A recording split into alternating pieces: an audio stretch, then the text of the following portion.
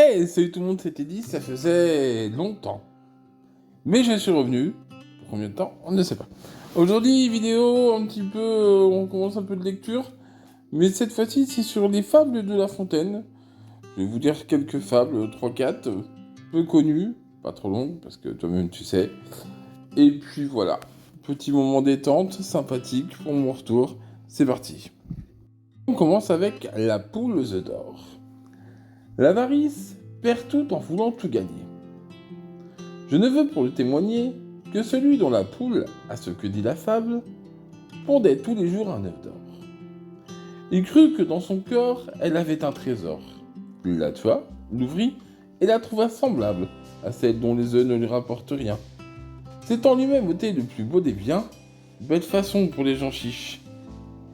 Pendant ce dernier temps, combien en a-t-on vu qui du soir au matin sont devenus pauvres pour vouloir trop tôt être riches. Et on continue avec le renard et les raisins. Certains renards gascons, d'autres disent normands, mourant presque de faim environ d'un treil des raisins mûrs apparemment, et couverts d'une peau vermeille.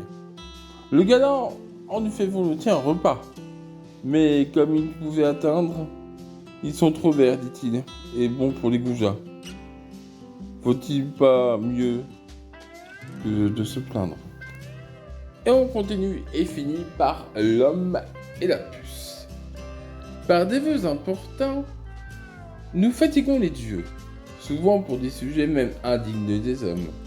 Il semble que le ciel, surtout tant que nous sommes, soit obligé d'avoir incessamment les yeux, et que le plus petit de la race mortelle, à chaque pas qu'il fait, à chaque bagatelle, doivent intriguer l'Olympe et tous ses citoyens, comme s'il s'agissait de Grecs et des Troyens. Un sot par une puce à l'épaule mordue. Dans les plis de ses draps, elle alla se loger. Hercule, se dit-il, tu devais bien purger la terre de ses hydres au printemps revenu.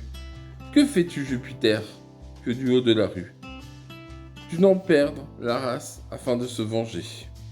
Pour tuer une puce, il voulait l'obliger. Ses dieux à lui prêter leur foudre et leur massue. Et voilà, c'était une courte vidéo pour faire un petit retour. Et puis parce que j'avais acheté ce livre et que je n'avais pas commencé à le lire.